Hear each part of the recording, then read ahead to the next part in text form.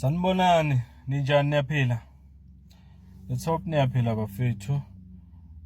Kunohlelo olusha oluzongena kungekudala la ku social media ku YouTube channel yami oluqondene nje nama couples, indaba zama relationships. Sizosiza amadoda ukuthi yini kahle kahle okufanele ayenze ukuze abe ne-relationship enhle nengena stress nomuntu wesifazane. Kanjalo nabo besifazane ukuthi yini okumele bayenze ukuze abantu abaku relationship nabo bangabi ne-stress ngenxa yabo, nabo futhi bangabi ne-stress ngenxa yaloyo muntu abazwana naye.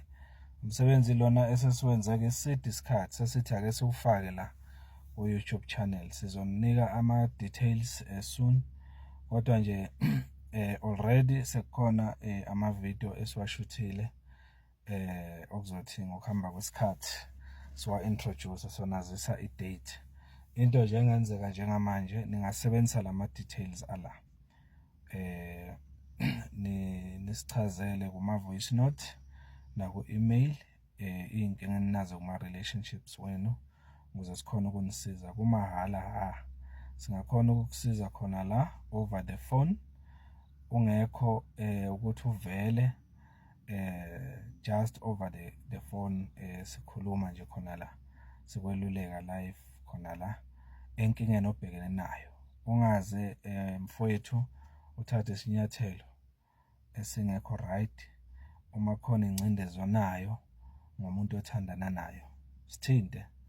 Noma mhlambe ungasenzela i-voice note WhatsApp kube yithi esifonayo ukuze sikhona ukukweluleka, ungazitholi sowufake impilo yakho enkingeni, mhlawumbe uzuboshwe entweni bongasizakala kuyo nje.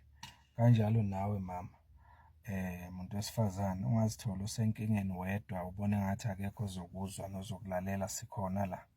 Ungasithinta nje wenze i-voice note, isitori sakho sikhona ukweluleka uzothatha i-decision e-right. Mhlawumbe sikhuluma nje njengamanje ukhulelwe, awazi wenze njani ngaleyo ngane, kunokuthi mhlawumbe uzothatha i-decision esheshayo, mhlawumbe uzokhipha isisu okungenzeka ukuthi ukhipha leso sisu nje kusasa kuyoba ney'nkinga ezithile ezizokulandela uzoyisole ngesinqumo sakho. Sithinta thina sokweluleka thina sesibasizile abanye abasesimeni esifana nesakho. Kuningi nje bafowethu, uma nje kukhona inkinga onayo relationship wise sithinta. Ilolo hlelo sizolu-introduce soon. Ngiyabonga mfoka Mkhonza lo, siyabonga.